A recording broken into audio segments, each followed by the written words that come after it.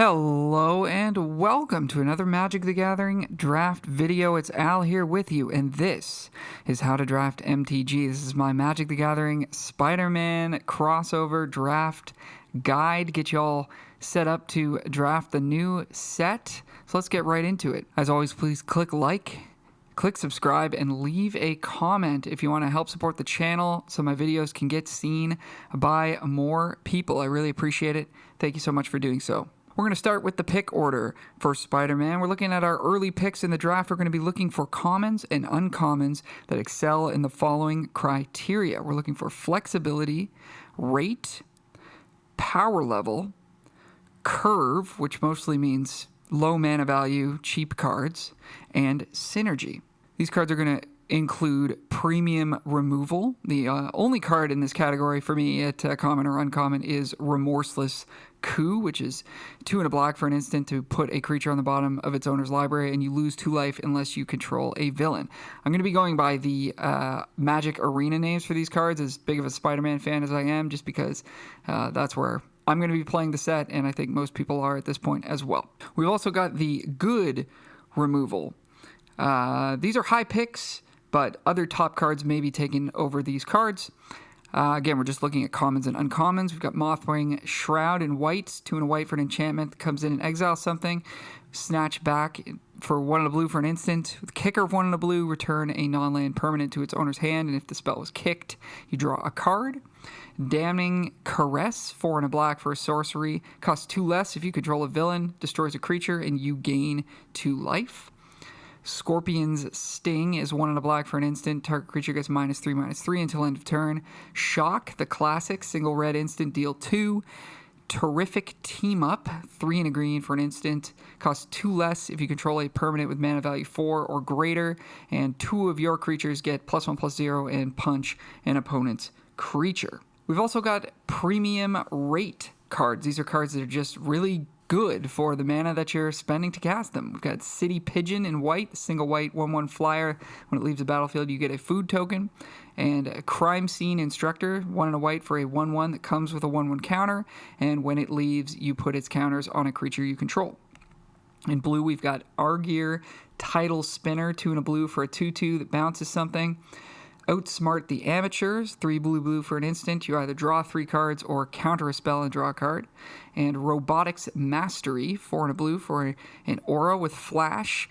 Gives +2/+2 and makes 2 1/1 flying creatures. In red, we've got the Infernus, 2 and a red for a 0/0 that gets +1/+1 for each mountain you control.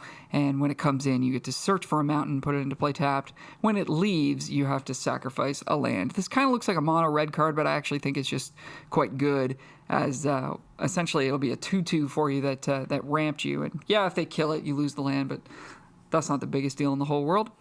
In black, we've got Nil Vessel of Valgavoth, 2 and a black for a 2/2. Returns a villain from your graveyard to your hand and makes your villains cheaper. In green, we've got the Clutter Cluster, 1 and a green for a 2/3.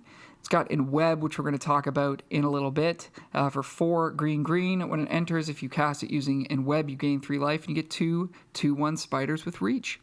Favored Fighter is 3 and a green for a 4/4. Comes in, makes a treasure, and can only be blocked can't be blocked, by more than 1 creature. In colorless, we've got Goro Rel, Scourge to Spiders. It's 2 mana for a 2/1. It's got Death Touch for spiders, and you can pay 6 and exile it from your graveyard to make 2 1/1 flyers. Leyline Weaver is 1 and a green-red hybrid for a 2/2 with reach. Taps for a red or green mana, and whenever you cast a spell with mana value 4 or greater, you untap this creature. Super flexible as it's a hybrid card, and very powerful as a 2 mana ramp piece. So those are all the cards we're going to be taking with our early picks, of course, beyond rares and stuff like that. And then beyond those, we're starting to look at the multicolor signpost uncommons. So I'm going to go over what I think are the best of them right here. Kuminosu the Watchful. It's 3 white-blue for a 4/4 vigilance. Comes in, puts a counter on something, and when a modified creature you control deals combat damage to a player, you draw a card.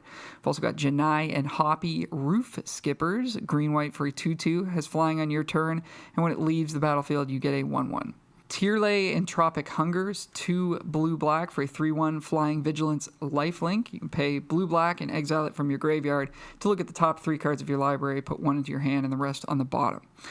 And finally, Kivney Orb Weaver is black-red for a 2/1 with Menace. When it enters, you may discard a card to give it a +1/+1 counter, and it has Mayhem for a single mana. We're going to talk about what that means in just a few minutes. Now, past those, I think you're starting to look at some build-around cards, and depending on how the format shakes out, these might even be really, really high picks. These are ones that just need a little bit of care taken around them to make them the best that they can be, or they fit in one specific deck only. So we've got Sarn of the Silken Throne, 3 and a white for a 3/4 with Enweb of 2 and a white. And at the beginning of your end step, if 2 or more creatures entered the battlefield under your control this turn, you draw a card and you gain 2 life. This is really close to just being a premium card. It might be one of the best uncommons in the set, but I wanted to put it here just to illustrate that you need to draft a deck with a lot of cheap creatures and a lot of cheap evasive creatures to make sure that you're enabling the Enweb ability, which we're going to get to in a little bit. We've also got Costume Closet, 1 and a white for an artifact. Enters with 2 +1/+1 counters on it. You can tap it to move one of these counters to a creature you control. And whenever a modified creature you control leaves the battlefield, you put a +1/+1 counter on the Costume Closet. So this one obviously fits best in a modified themed deck. And I think if you're in that deck, this card is probably one of the best cards in your deck. Lavaborn Goblins is 4 and a red for a 5/4 with haste. It's got Mayhem for 2 and a red. Mayhem's an ability where if you've discarded the card, you can play it out of your graveyard that turn. So really, you just want to make sure that you're able to do that. Otherwise, this card's rate is a little bit below par, I would think. Serena Bargain Spinner is 3 and a white-blue hybrid for a 3/2. Has flying on your turn, and when it enters, you can search for an aura or equipment and put it into your hand. So really excellent card, very flexible, but obviously you need at least one thing to find. Ideally, you want 2 or more things to find with this in case you happen to draw one. All right, so past those early picks, we're going to be looking to get into one of the draft archetypes. Here are my brief impressions of each of the 2 color archetypes in the format. We will be trying to end up in one of these by the end of the draft. This set has only 5 seeded archetypes as opposed to the normal 10, as it's a bit of a smaller set. I will also indicate which signpost cards I think are a little on the weaker side and should be avoided or not taken early. Each allied color pair gets a common dual land along with Vibrant Cityscape as common colorless fixing. The signpost uncommons for blue-white modified are Komanuso the Watchful, which we already talked about. The 5-mana 4/4 Vigilance puts a +1/+1 counter on something, and whenever a modified creature you control deals combat damage to a player, you draw a card. We also have Margot on the Case. This is 1 white-blue for a 1/1 double strike that can't be blocked. We also get 2 hybrid cards in each color pair. In blue-white, we've got Serena Bargain Spinner, the 4-mana 3/2, flying on your turn and searches for an aura or equipment. We also have Wonder Weave Aerialist. This is hybrid white-blue for a 2/2 with Ward 2 that has flying as long as it's modified. +1/+1 counters are the main way to modify in this set. So look for cards like Crime Scene Instructor, Principled Referee, and Generous Betty Ray, along with Costume Closet to get as many +1/+1 counters as possible. There are a couple of auras and equipments running around, the best of which is Robotics Mastery by far. And also keep in mind that Connive can provide +1/+1 counters for you, so something like Unstable Experiment is a good fit here. Next is White-Green Enweb. You may cast a card for its Enweb cost if you return a tapped creature you control to its owner's hand. So we've got 2 signpost uncommons here. Janai Hoppy that we already talked about. 2-mana 2/2 flying on your turn. When it leaves the battlefield, you create a 1/1. And the other one is Alessos and Prass Acrobats. This is 3 green-white for a 4/4 with Enweb 1 green-white. Whenever you cast a creature spell, put a +1/+1 counter on target creature you control, and it gains flying until end of turn. Our hybrid cards, Gallant Citizen. It's hybrid green-white for a 1/1. When it enters, you draw a card. And Diligent Web Keepers. This is 4 and a hybrid green-white for a 4/3. When it enters, you put a +1/+1 counter on each other creature you control. This one I'm going to mark as a little bit below average. I don't think you want to start with this one and think you're going into white-green. But obviously the plan here is to utilize creatures with leaves the battlefield and enters the battlefield abilities as you're casting your Enweb creatures. So cards like City Pigeon, Crime Scene Instructor, and Sarn of the Silken Throne fit very well here. We also want creatures with evasion, as they'll need to attack most of the time to become tapped in order to enable Enweb. So something like City Pigeon is especially valuable in this case. We're also looking for ways to tap our own creatures without having them attack in case we can't attack profitably. So something like Basil, Cabaretti Loudmouth, Supportive Parents, or a vehicle like Vine Woven Chariot will do this for us. Next is blue-black villains. The mechanic is connive. When a creature connives, you draw a card and discard a card. If a non-land card is discarded in this way, you put a +1/+1 counter on the conniving creature. Blue-black also cares about the creature type villain, of which there are a ton in blue and black, so it shouldn't be too hard to amass a bunch of these in your draft. Our signpost uncommons, Tyrlay, Entropic Hunger, 2 blue-black for the 3/1 Flying Vigilance Lifelink. This is a villain, and you can exile it from your graveyard by paying blue and a black to look at the top 3, put 1 into your hand, and the rest on the bottom. We also have Carlo Suave Schemer, 1 blue-black for a 2/3 with Menace. This is also a villain. Whenever another villain you control enters, Carlo connives. Our hybrid cards, Mob Lookout, 1 blue-black hybrid for an 0/3. When it enters, target creature you control connives. And Riche Getaway Accomplice, 5 blue-black hybrid for a 4/6 flying. When it attacks other villains you control, gain flying until end of turn. These are both villains, and these are both a little bit, again, below par, so I would not start with either of these early. But if you're in blue-black, they'll fit just fine. So I like blue-black a lot. I think Connive is a really powerful draw smoothing mechanic to have access to. Look for cards that have effects out of the graveyard, such as Arala Hedron's Scaler, or cards that care about how many cards are in your graveyard, such as Ozor Chronicler of Collapse, as you're going to be discarding to Connive, and these are good bonuses for doing so. Draft removal highly and win the long game with card advantage. All right, red-black Mayhem is next. You may cast a card from your graveyard for its Mayhem cost if you discarded it this turn. Signpost uncommons, we've got Kivney Orb Weaver, black-red for the 2/1 Menace.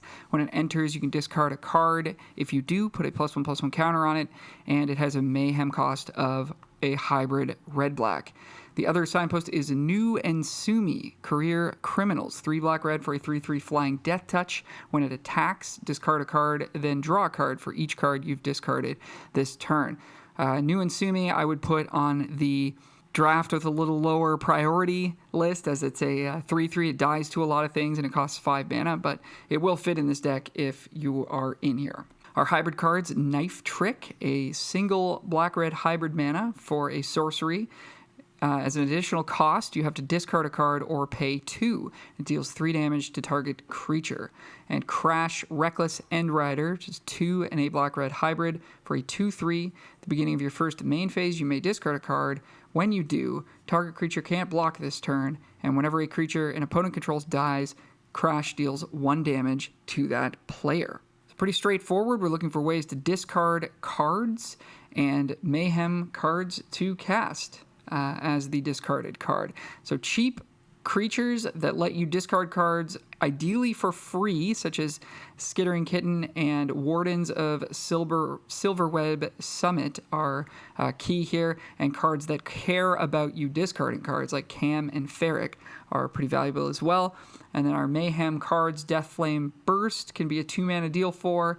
Wekdu Midnight Hunter could be a 1-mana 2/2 flying with flash, and Sadistic String Puller could be a 2-mana 4/3. These are all really nice things to discard, along with some other Mayhem cards at different rarities as well. This will be an aggressive strategy, so please draft a low curve of creatures. Finally, we have mana value for the red-green deck. An old favorite of the design team. Play big spells, big creatures, and get a bonus for doing so. For Signpost Uncommon, Dreadfang, Loathed by Fans, is 1 red-green for a star 4 with Vigilance. Power equal to the greatest mana value amongst permanents you control. So it'll always be a 3/4, could be a little bit bigger. And no idea how to say this one. Jikao, Predation's Shadow, 3 red, green for a 6/7 Vigilance Trample Haste. When it attacks, if you've cast a spell with mana value 4 or greater this turn, you draw a card. So you'll get that card right away, as it does have haste. The hybrid cards here, Leyline Weaver, 1 and a red-green hybrid for a 2/2 with reach. It can tap to add red or green. And whenever you cast a spell with mana value 4 or greater, you get to untap this creature. Rhino's Rampage is a single red-green hybrid mana for a sorcery. Target creature you control gets +1/+0 until end of turn and fights target creature an opponent controls. If excess damage is dealt this way, you get to destroy up to 1 non-creature artifact with mana value 3 or less. So it's a single mana fight spell. Sometimes you might get to nab an artifact. I don't know how much that matters. Rhino's Rampage is not a card that I would start with early. Leyline Weaver, however, is very, very good, and you'll want to take that one early for sure. This is a pretty straightforward deck. You just want to make a lot of mana and cast big things. Chizak Apex Arachnosaur, 6 mana, 6/6, Reach Trample Ward 2 is a pretty good reward for being in this deck.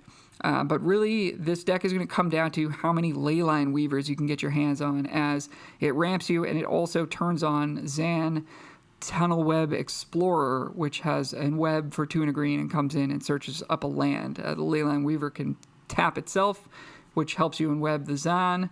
If you don't have Leyline Weavers, I don't really see how this deck works. And because Leyline Weaver is a hybrid card, it's going to get taken by people in other color combinations as well. So I think red-green is going to come together the least often, unfortunately, as it looks like a pretty cool deck. These are my projections for Archetype rankings. Of course, this is the way too early predictions here, as I haven't played any games with the set, and we don't know how good anything is yet. But my guess is that the best deck is going to be blue-black, and the worst is going to be red-green, just because it's going to be the hardest to make work, as I mentioned, and the other 3 are in the middle. I think they're all going to be pretty close, and I don't think this ranking is going to matter too much either, as we're going to see with the pick 2 draft format. You're going to be kind of forced to just draft whatever's open in your seat. Now the question is there any outside the box type deck? Can blue-red work?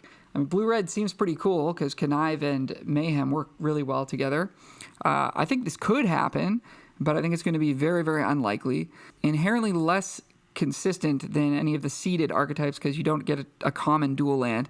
And furthermore, both blue and red are unlikely to be open at any given seat, since that would involve the other drafters at the table heavily being after white-green. Okay, let's get into some draft strategy. We'll talk about the pick 2 draft format. This is a new thing that they're trying. It's a 4-player format where the drafters take 2 cards from each pack instead of the usual 1. I expect pick 2 draft to feel a lot different than what we're used to. I think a lot will be determined by the first pack you see and the first 2 cards that you take. And I think players will be locking into their archetypes by picks 3 and 4 most often, due to the limited archetype options, small card pool, and more rapidly diminishing card quality.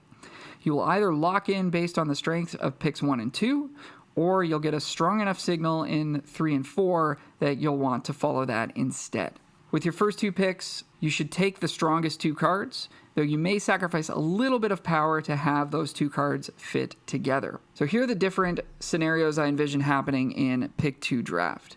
Best case scenario, you take 2 individually powerful cards in the same color, such as Louis' Pompous Pillager and Remorseless Coup. You could try to drill deeper into this color as the packs go around in the coming picks and hope to capitalize on an open archetype at the table. But of course, if black isn't open at your seat, you are going to have to pivot anyways. Next best is you take 2 individually powerful cards that fit into different decks. So you'll have some flexibility going forward, and you may not need to commit to a deck right away. So my example here would be like you take 2 really good rares, Remarkable Readings and Bio-Irritable Instructor. So it won't happen all that often, but it will happen sometimes. Next best is you take two powerful cards, not like the best cards, but two powerful cards that fit in the same deck.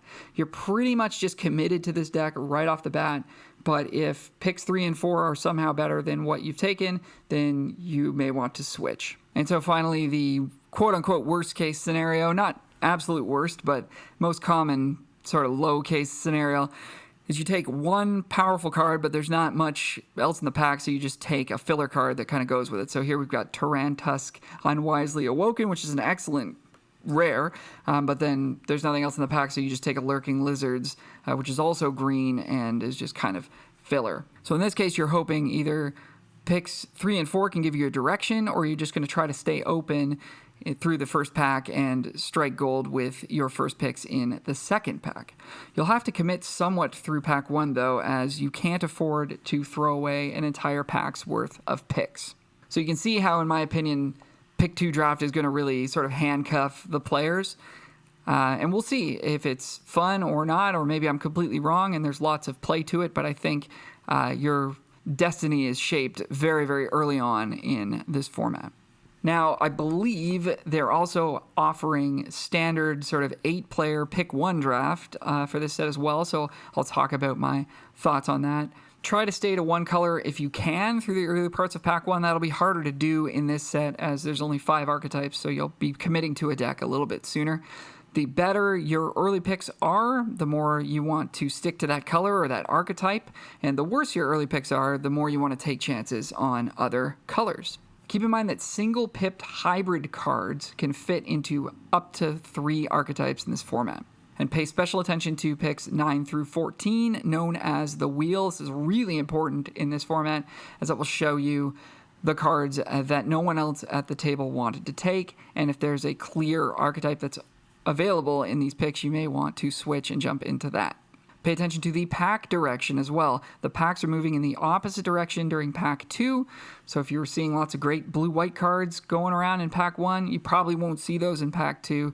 Don't panic. In pack 3, the packs are moving clockwise once again, and you should see those blue-white cards flowing again. All right, let's do a little where does it belong. Very important in this format with only 5 decks. You really got to know where your cards are supposed to go as you're making your choices in the draft. So we're going to look at some red cards here.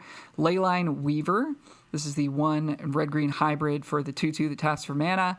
Now this can fit in up to 3 decks, right? It can fit in green-red, of course, but it can also fit in green-white, and it can also fit in red-black, and all 3 decks are going to be looking for this card. So this is a very nice early pick to stay open in the draft. Shock, the classic single red deal 2, is going to fit nicely into red-green or red-black, plays well in both decks' strategy, just an efficient card, nice to take early. Cam and Ferric Havoc Duos. This is 1 in a red for a 1/2 flying haste. Whenever you discard a card, it gets +2/+0 until end of turn. This really only fits in the black-red deck, as the green-red deck is not trying to discard cards. It has no real way to do that and no benefit for doing so. And then Kazuo Ruthless Rival, 4 red-red for a 5/5. It's got first strike on your turn. When it enters, it deals 2 damage to something and 2 damage to that creature's controller. It's a 6-mana card, obviously fits really well in the red-green deck, probably not so much in the black-red deck. So of these 4 cards, the absolute best thing to do early on would be to take Leyline Weaver to keep yourself open, or Shock, and these last 2 uncommons, although they might look more powerful, are locking you into a single deck, and I would try to take those a little bit later on in the draft. Finally, some deck building tips. Play 2 colors. This is definitely a 2-color format. The green decks can get away with maybe splashing a little bit, but you don't want to splash a 3rd color unless your deck is specifically designed to do so, meaning you've got some dual lands in there that touch the color you want to splash. Play 17 lands. A deck with no cards that cost more than 4 mana can play 16 lands. If you're doing a lot of looting and rummaging in your red-black deck, you might be able to get down to 16 lands, but most of the time it's 17.